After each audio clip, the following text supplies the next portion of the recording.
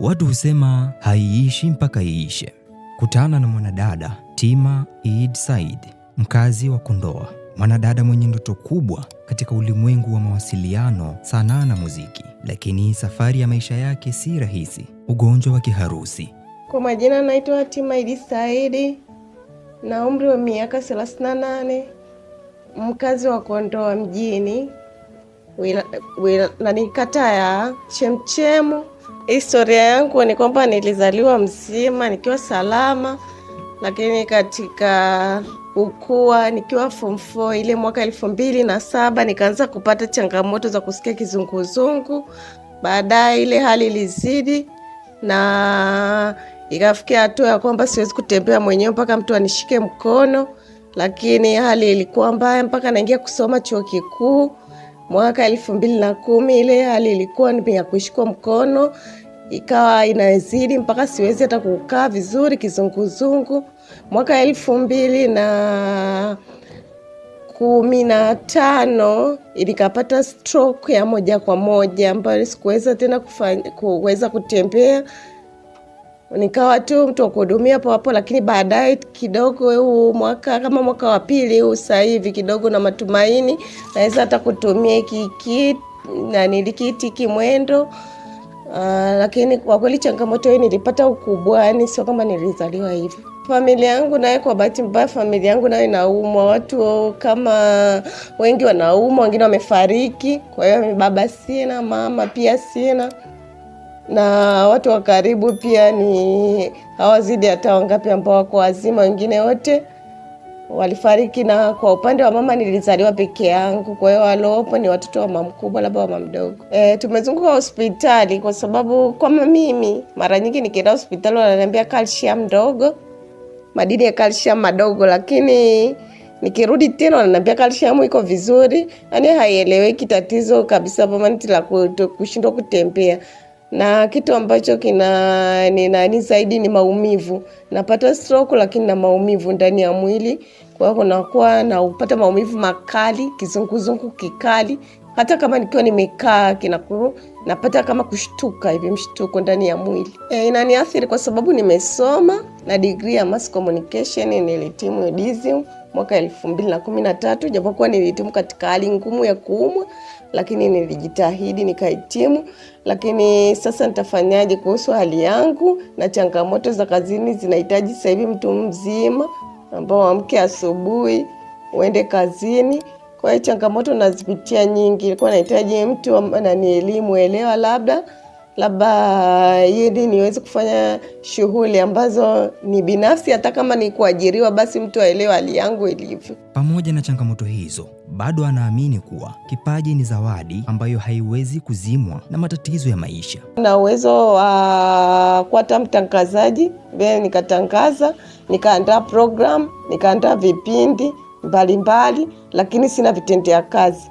Ninahitaji niwe na kamera, niwe na kompyuta, niwe na vitu vyote vya kutendea kazi vinavyotumika kuchukua. Sasa hivi watu wanahitaji uhalisia. Maana si wanahitaji waone kitu ambacho uhalisia. Kwa hiyo ukisema nazungumza tu kwamba labda mimi na kipindi cha watu wenye ulemavu, wako wapi walemavu? Kwa hiyo nahitaji support kama hivyo. Nahitaji nipate vitendea kazi, kama kuna sponsor na vipindi vyangu wanisaidie ku advertise huko sehemu mbalimbali ili vipate wafadhili. Na hata baada ya yote anayoyapitia hakati tamaa. Kwa kuwa nimepitia hali ya changamoto yenye ulemavu, kwa hiyo ningependa kuangalia na wenzangu kwamba wana changamoto gani. Kwa hiyo kama nitapewa fursa nitapata vitendea kazi, kipindi hiko kwangu kitakuwa ni kipindi cha best cha kwanza. Kwanza kwa sababu naweza nikawa ni mbunifu pia, naweza nikawa mbunifu. Hapa nilipo tu sio kama nimekaa na kikundi ambacho cha watu wenye ulemavu ambacho kinafanya sanaa kwa njia ya maigizo, kinaitwa New Time Artists Group, lakini shida yetu ni moja, hatuna kamera, hatuna vitendea kazi. Kwa hiyo unakuta tunaitwa tu kwenye vikundi vidogo vidogo, njoeni hapa kuna tamasha, basi ukishaigiza huko basi watu wanakata tamaa. Lakini kikundi kinafanya vizuri sana, naona ni the best sana tu. Sawa, kwa mtazamaji ambaye anakutazama sasa, ndio umepewa nafasi ya kwenye labda TV, redio, mtu anatamani sasa uweze kutuonesha kidogo kile ulichonacho, kipaji chako, kama ni kutangaza taarifa ya habari, kufungua kipindi, utupe kidogo mfano.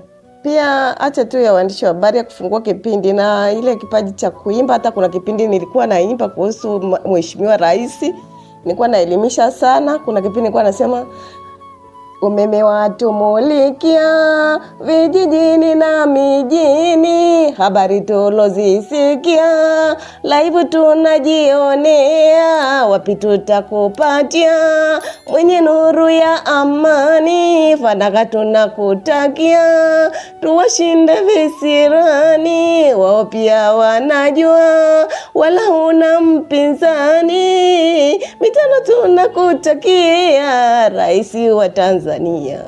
Mitano tunakutakia Rais Mama Samia, uliyavuka magumu ukabeba majukumu, kwa waliolishwa sumu sisi tunawakirimu, msingi wako wa kudumu hatungoje msimu. Mambo ni mengi kama haya. Okay, na upande wa sasa utangazaji tupe kidogo.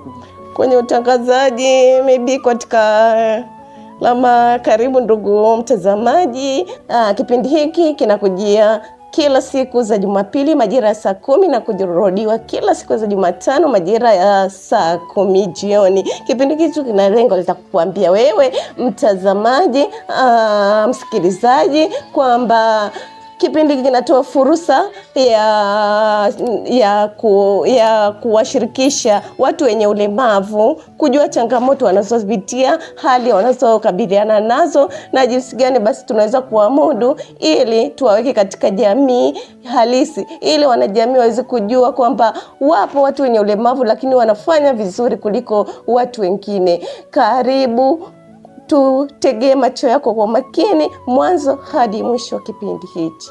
Sasa ikitokea mtu sasa amekuona, ametaka kuweza kufanya na wewe kazi, uko tayari kufanya kazi sehemu yoyote au ni hapa Dodoma tu? Hapana, mimi niko kufanya kazi kwa yote, niko nafanya kazi kwa yote, mradi tu nipate msaidizi, yani active, kwamba anaponiambia njoo niwe namfanya kazi, kwamba yani sio nategemea yani peke yangu, niwe namtegemea mtu wa kunisupport, wa kwenda naye kunirudisha. Mimi hapa naishi peke yangu kama unavyoniona.